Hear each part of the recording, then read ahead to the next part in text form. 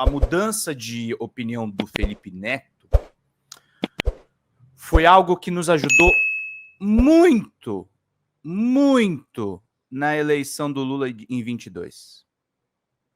O Felipe era muito rejeitado pela esquerda. Eu acompanho essa história de perto. Eu entrevisto o Felipe Neto desde 2014, gente. Eu cubro boa parte desses youtubers. Entrevistei o Felipe, entrevistei o falecido PC Siqueira, Cauê Moura, acompanhei Felipe Castanhari, todos os caras que começaram a fazer conteúdo aqui no YouTube, quando eu dizia que eu não ia nunca trabalhar com vídeo no YouTube. Eu já acompanhava eles. Entrevistei o Felipe Neto algumas vezes, acompanhei os processos na justiça dessa perseguição bolsonarista que o Felipe sofreu, e eu digo, nós precisamos, com a mesma força que a gente teve em 22, converter corações e mentes, como a gente fez com o Felipe, que é provavelmente o maior comunicador audiovisual no Brasil, e se tornou defensor desse governo, o que é uma proeza do nosso campo político. Nós precisamos, uma vez, esse vai ser o meu editorial de hoje. Uma vez eu estava num café com uma bolsonarista que eu estava cobrindo uma pauta, e ela me falou, olha, o Lula é algo que os bolsonaristas têm medo, porque o Lula é um político experiente, o Lula é um cara com voto, o Lula é uma máquina, o PT é uma máquina, mas ela falou que dá pânico nos seguidores do Bolsonaro é o Felipe Neto. O Felipe Neto tem uma possibilidade de conversão de votos das crianças, dos jovens e dos jovens adultos, que é gigantesca. E uma coisa que a gente tem que aplaudir de verdade, é que o Felipe, desde quando o Lula foi eleito, tem feito críticas ao governo, críticas corretíssimas, e não deixou nem por um minuto, apoiou até aquela fala que eu considero equivocada da Janja no G20. Não deixou nem por um minuto de apoiar o governo enquanto ele pôde. É evidente que ele é um empresário do entretenimento, ele tem outros interesses que não são exatamente os interesses do governo Lula, isso é evidente.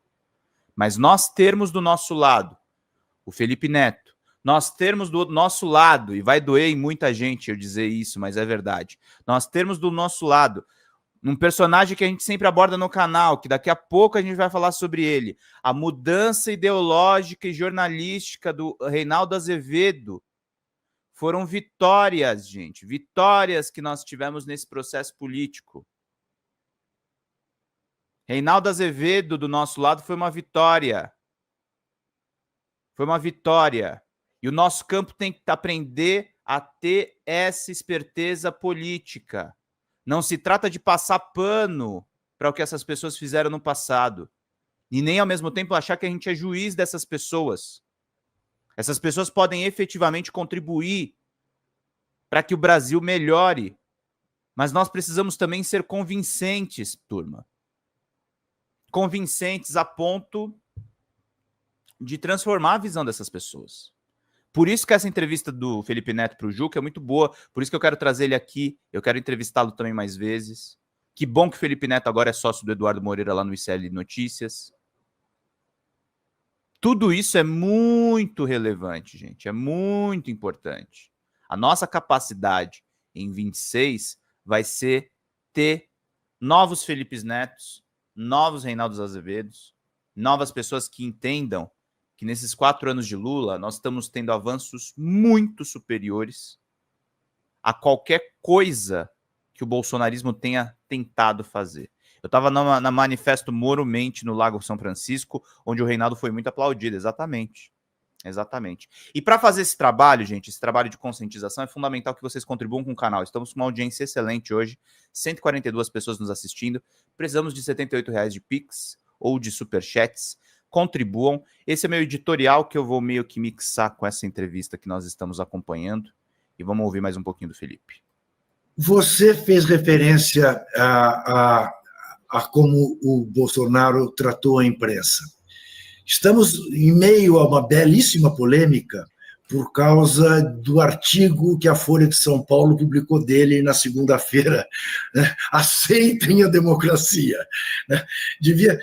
Tem um M a mais aí, né? Devia ser aceite a democracia, senhor Bolsonaro. Né? Exato. Bom, a Folha de São Paulo é o mesmo jornal que abriu espaços generosíssimos para as suas entrevistas, inclusive falando do seu livro. Como é que você olha para isso, essa coisa da Folha, né? Enfim, em nome do suprapartidarismo, dar espaço para todo mundo? O caso do Bolsonaro seria o ser intolerante com o intolerante? Eu acredito que dar espaço para Jair Bolsonaro falar da maneira como a Folha fez é validar aquilo que não pode ser validado. O lugar de Jair Bolsonaro é na cadeia. A quantidade de crimes cometidos é suficiente para que a gente possa falar isso. O lugar de Bolsonaro é na cadeia. O lugar de Jair Bolsonaro é na cadeia. O lugar de Pablo Marçal é na cadeia. O que eles fizeram e fazem, a quantidade de crimes somados é tão estarrecedora que o fato deles estarem soltos e nem sequer perto de serem presos, na minha concepção hoje, mostra pra gente a fragilidade do nosso sistema. Parece que todo mundo tem medo, todo mundo tem rabo preso com alguma coisa, uma coisa esquisita, uma coisa estranha. Por quê? O que está acontecendo? Por que o Procurador-Geral da República ainda não fez absolutamente nada? Por que está sentado em cima dos processos a respeito de Jair Bolsonaro? Por que não está tocando para frente? O que está acontecendo? Mas, enfim, deixando isso de lado, o que eu digo é a validação dessas figuras piora e deteriora a nossa capacidade de manutenção da democracia. Quando você pega o Jair Bolsonaro e você, como jornal Folha, ou Metrópolis, que hoje também publicou, fala assim, vamos ceder espaço como se ele nada tivesse feito. Como se fosse uma pessoa absolutamente comum do debate democrático. E abrir esse espaço para essa pessoa, o que você está dizendo para o povo? Bom dia, Luiz Mion. Que o que ele faz e o que ele fala é válido, é aceitável. Então eu sou absolutamente contra esse tipo de validação. E esse tipo de validação vem de uma necessidade de acessos. E aí eu vou obviamente, entrar numa crítica que deve ser feita, mas eu não sou contra a imprensa e nem contra a liberdade de imprensa. Eu acredito que a Folha tem, sim, o direito de convidar Jair Bolsonaro enquanto cidadão não condenado, né? Ele, até condenado poderia também, tem todo o direito. Para mim, o que entra nessa questão toda é o que há de interesse por trás de determinados veículos. A minha maior crítica é que nós temos uma mídia, uma grande mídia brasileira, que responde aos interesses de muito poucas pessoas. Muito poucas pessoas. Então, essa forma de se fazer mídia hoje, para mim, pode ser benéfica por um lado, principalmente quando todo mundo se une em defesa da democracia, mas pode ser incrivelmente prejudicial para a sociedade, como quando aconteceu um grande acordo entre empresários, entre pessoas do setor judiciário, entre pessoas de vários setores diferentes, na Lava Jato. O que a gente viu durante a cobertura da Lava Jato é um dos episódios mais tristes da história do jornalismo brasileiro, talvez mundial. A gente teve, literalmente, notícias foram acobertadas, informações foram escondidas, enquanto outras eram trazidas à tona todos os dias em grandes manchetes. Então, por quê? Porque atendia aos interesses de pequenos grupos, pequenas famílias.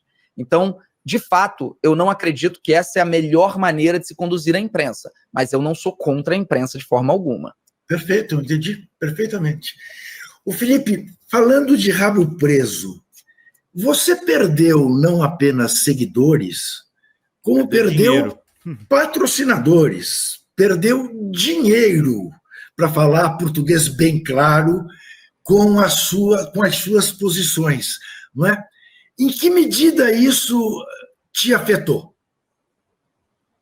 Olha, do ponto de vista financeiro, afetou bastante, óbvio, né? Agora, do ponto de vista, qualquer outro ponto de vista não me afetou em nada. Porque, bom, graças a Deus, muito trabalho e, enfim, muita sorte, muitas pessoas e uma equipe maravilhosa, eu não passo nenhum tipo de necessidade. Eu tenho minha tranquilidade financeira e isso me trouxe paz de espírito para poder seguir esse caminho, né? Para poder trilhar essa luta e continuar lutando, mesmo sabendo que eu estava perdendo e fechando portas para inúmeros patrocinadores. Mas é óbvio que em determinados momentos a angústia bate forte, principalmente quando eu vejo algumas pessoas que, enfim, não cabe citar nomes, mas pessoas que têm discursos terríveis, têm discursos que devem ser repudiados e continuam fechando grandes patrocínios. O meu caso específico é muito bizarro, porque em nenhum momento eu promovi nenhum tipo de discurso odioso ou discurso intolerante, exceto contra os fascistas. Então, eu perder os patrocinadores é uma coisa muito esquisita, mas é como a realidade é. As marcas não querem se associar com alguém que vai ter aí 20% a 25% de rejeição da sociedade, que hoje diria que é um núcleo duro bolsonarista, né? Em pesquisas isso fica um pouco evidente. Sim. Então eu entendo.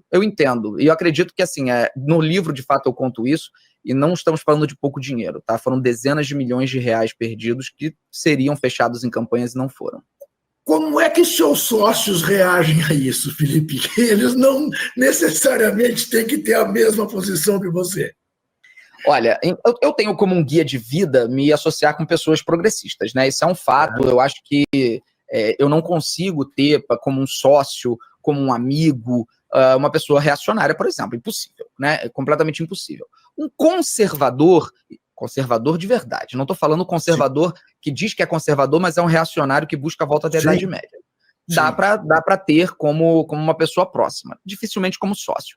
Agora, eles são muito respeitosos, eles entendem, os meus sócios entendem a minha luta. E eu tenho um grande sócio, que é o João Pedro Paes Leme, que é o sócio majoritário da Play 9, a empresa que temos juntos, que é uma pessoa que pensa exatamente igual a mim em todos esses aspectos. Eu chamo ele de irmão mais velho.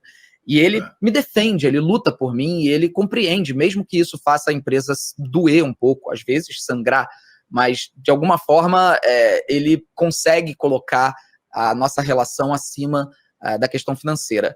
E é isso, não tenho o que fazer, né? Ou eu me desfaço de todos os meus negócios para viver essa vida de luta, ou eu vou tentando conciliar. Então eu vou tentando conciliar. Legal. João Pedro Paes Leme, além do mais, é um profissional de primeiríssima ordem. Foi durante muito tempo da Rede Globo de televisão, da área do esporte, conheço bem. Muito bom. Agora eu queria que você me dissesse como é que você olha hoje, em 2024, para as manifestações de 2013, de 11 anos atrás. Eu vejo como uma gigantesca consequência de uma manipulação midiática da população. Então, o que tinha para se reivindicar naquele período? O que tinha? O Brasil, obviamente, não estava no melhor dos momentos, mas estava num momento positivo. O Brasil estava num momento positivo. O PIB tinha crescido 2%. Tinha crescido 1%, mas foi corrigido depois e percebeu-se que cresceu 2%. A gente vinha numa taxa de desemprego menor, se eu não me engano, de toda a época histórica que começou a ser estudada. Então a gente tinha um desemprego baixo, a gente tinha... a inflação estava controlada. Por alguma razão, a gente vê milhões de pessoas indo para as ruas, gritando, babando, enfurecidas, numa grande união contra o quê? Ninguém sabia. Contra o PT, contra a corrupção, contra o Lula, contra a Dilma. Mas por quê? Ninguém sabia de verdade, Juca. Eu tava lá, eu sei porque eu tava lá. Ninguém me contou. Eu tava lá com máscarazinha do V de Vingança, achando que eu tava colocando o Brasil nos trilhos. Ninguém naquelas manifestações sabia o que estava reivindicando. Era vem pra rua, vem pra rua. Pra quê? Não sabemos, não sabemos. Porque a reivindicação ali era consequência. Agora a gente sabe. Era consequência de uma grande manipulação midiática para fomentar o ódio na sociedade brasileira. E a Lava Jato foi absolutamente determinante para isso, embora ali a gente estivesse ali num processo embrionário ainda da Lava Jato. No começo. A gente tinha dia e noite, dia e noite, dia e noite, os veículos divulgando que esse era o momento mais corrupto da história do Brasil, que o PT era o partido mais corrupto da história da humanidade, que o Lula era o grande vilão desse país. Por que isso acontecia? Porque nós estávamos já no terceiro governo de esquerda, no terceiro governo que não queria atender e resistia bravamente contra as políticas neoliberais, e resistia ao empresariado, na medida do possível, é óbvio, todo mundo sabe que não dá para ser totalmente, mas que resistia ao máximo possível, que tentava lutar pelos direitos dos trabalhadores e lutar pelas garantias já estabelecidas de planos sociais para a gente poder diminuir a desigualdade. Isso irrita a elite burguesa brasileira. A elite burguesa brasileira é uma elite burguesa burra. Companheiro é uma Felipe, elite burguesa intelectualmente inferior, ela não tem nenhuma capacidade argumentativa para se sustentar em suas próprias ideias. Ela acredita que a exploração do trabalhador é a solução para o próprio lucro. Ela acredita que a diferença, a disparidade grotesca de renda é justificável através do seu próprio sistema. Ela acredita piamente que ela deve ser uma elite minoritária, exclusiva e que trata todo mundo como inferior. Aeroporto não pode ter classe média, tem que andar de ônibus. Empregada doméstica não pode ter direito. Como assim querer que todo mundo seja CLT e tenha uma porrada de direito? E o PT vai lá fazendo todos esses processos que vão mudando essa mentalidade da classe média brasileira e colocando muita gente na classe média, e essa elite burguesa se vê traída, se vê com ódio. Então esse pacto, esse grande pacto que foi feito, que é visível. E todo mundo pode estudar a história recente do Brasil e perceber. Ele foi feito através de grandes empresários, através de grandes políticos, através de grandes juristas e através da grande mídia. E eles pulverizam o ódio na mente do brasileiro. E culmina na explosão de 2013. Eles ainda assim não vencem a eleição. E ali é o golpe fatal para todo esse acordo. Quando eles não vencem a eleição de 2014, é o golpe fatal para eles perceberem: nós não vamos mais ganhar eleição alguma. Ou a gente dá um golpe e acaba de vez com a imagem do PT através da desinformação, ou de fato a gente não vai conseguir voltar a ter os tucanos no poder. O interesse não era um Bolsonaro surgir, só que ele surge. Por quê? Porque esse grande pacto esquece que quando você planta o caos, você não colhe solução sem caos. A solução vai vir do caos. E foi isso que aconteceu. Fala pessoal da Folha Democrata, aqui é Pedro Zambarda, editor do canal. Falar um pouquinho a respeito da necessidade de vocês financiarem a Folha Democrata. Gente, a Folha Democrata é financiada através de um Pix chamado Folha Democrata, é o endereço do Pix, né? folhademocrata@gmail.com. Nós precisamos do nosso jornalismo financiado por vocês que são do nosso público, porque nós passamos vários perrengues aqui com o YouTube, vocês sabem muito bem. E mesmo assim, graças a essa comunidade muito unida, a gente conseguiu fazer lives históricas, acompanhar praticamente ao vivo a campanha do Guilherme Boulos, trazer informações exclusivas a respeito de Gustavo Gayer, de Olavo de Carvalho, de todos os bolsonaristas, combater as fake news e tudo o que a gente acompanha. Por R$80 no nosso Pix você ganha um curso de roteiro para série, o que é muito importante se você é artista, roteirista, se você lida com essas